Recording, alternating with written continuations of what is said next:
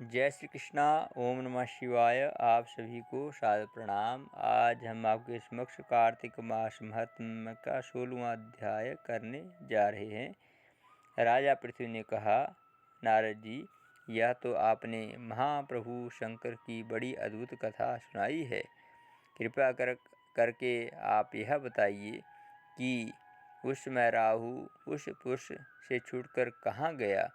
जब राजा पृथु ने देवर्षि नारद से ऐसा प्रश्न पूछा तो देवर्षि नारद ने कहा कि उससे छूटने पर वह बर्बर नाम से विख्यात हो गया, मानो उसका नया जन्म पाकर अपने आप को धन्य माना, तथा वह धीरे धीरे जलंधर के पास गया। वहां जाकर उसने शंकर जी की चेष्टा कही। उसे सुनकर दैत्यराज को बड़ा क्रोध आया और उसने सब दैत्यों को सेना सजाने की आज्ञा दी। कालनेमी और शुंभ निशुंभ आदि सभी महाबली बड़े बड़े दैत्य सभी तैयार होने लगे। एक से एक महाबली दैत्य करोड़ों की संख्या में निकलकर युद्ध के लिए संबद्ध हुए। महाप्रतापी सिंधुपुत्र शिवजी से युद्ध करने के लिए निकला। उसके आगे महर्षि शुक्र और छिन्न सिर राहु हुआ। फिर तो उसी समय जलंधर का मुकुट खिसकर पृथ्वी पर गिर पड़ा। आकाश में मेघ छा गए और बड़े बड़े अपशगुन होने लगे।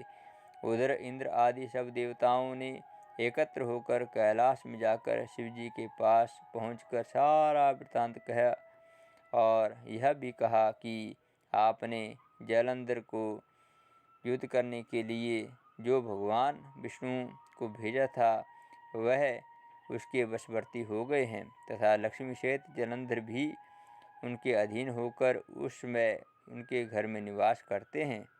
अब देवताओं को भी उन्हें यहाँ निवास करना पड़ रहा है। अब वह सागर पुत्र उनसे युद्ध करने के लिए आ रहा है, अतएव आप उसे मारकर हमारी रक्षा कीजिए।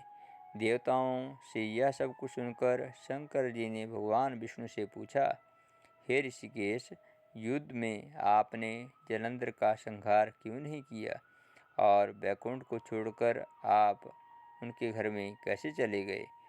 यह सुनकर भगवान विष्णु ने हाथ जोड़कर नम्रतापूर्वक कहा, उसे आपका अंशुआ लक्ष्मी का भाई होने के कारण नहीं मारा है।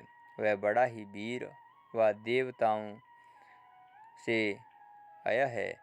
मैं सत्य कहता हूँ कि उसे कोई भी नहीं मार सकता। इस पर मैं मुग्ध होकर मैंने स्वयं उसके घर में रहने का वर दिया है और इसी कारण मैं उनके घर में रहता हूँ।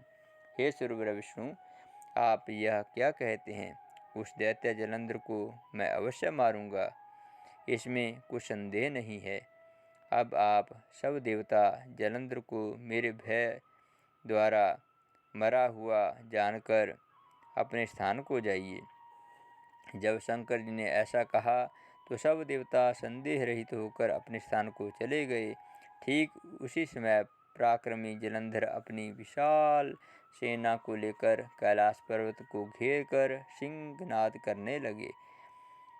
दैत्यों के नाद और कोलाहल से शिवजी क्रुद्ध हो गए और उन्होंने अपनी नंदी आदि गणों के साथ युद्ध करने की आज्ञा दी।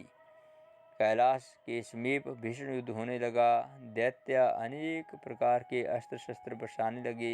मेरी मृदंग, शंख और तीरों की त्रिका, हाथी, घोड़े और रथों के शब्द से पृथ्वी कांपने लगी। युद्ध में कट कट कर मरे हुए हाथी, घोड़ों और पैदलों का पहाड़ सा लग गया, जिससे कि युद्ध भूमि और अगम्य हो गई। दैत्यों के आचार्य श्री शुक्राचार्य जी अपनी मृत संजीवनी विद्या से सब दैत्यों को जिलाने लगे। यह देखकर शिवजी के गण व्याकुल हो गए और उनके पास जाकर सारा वृत्तांत कह सुनाया। उसे सुनकर भगवान रुद्र ने क्रोध की उनकी सीमा ना रही। वह अपने भयंकर रूप से चारों दिशाओं में प्रज्वलित करने लगे। फिर तो उस समय उनके मुख से एक भयंकर कन्या उत्पन्न हुई, जिसकी दोनों जंघाएं ताल वृक्ष के समान थी। वह युद्ध भूमि में जाकर सब असुरों का चर्वण करने लगी। तब युद्ध भूमि पर इस प्रकार विचरते हुए वह शुक्र के पास जा पहुंची और उन्हें शीघ्र ही अपने उदर में गुप्त कर लिया। फिर स्वयं भी अंतर्ध्यान हो गई।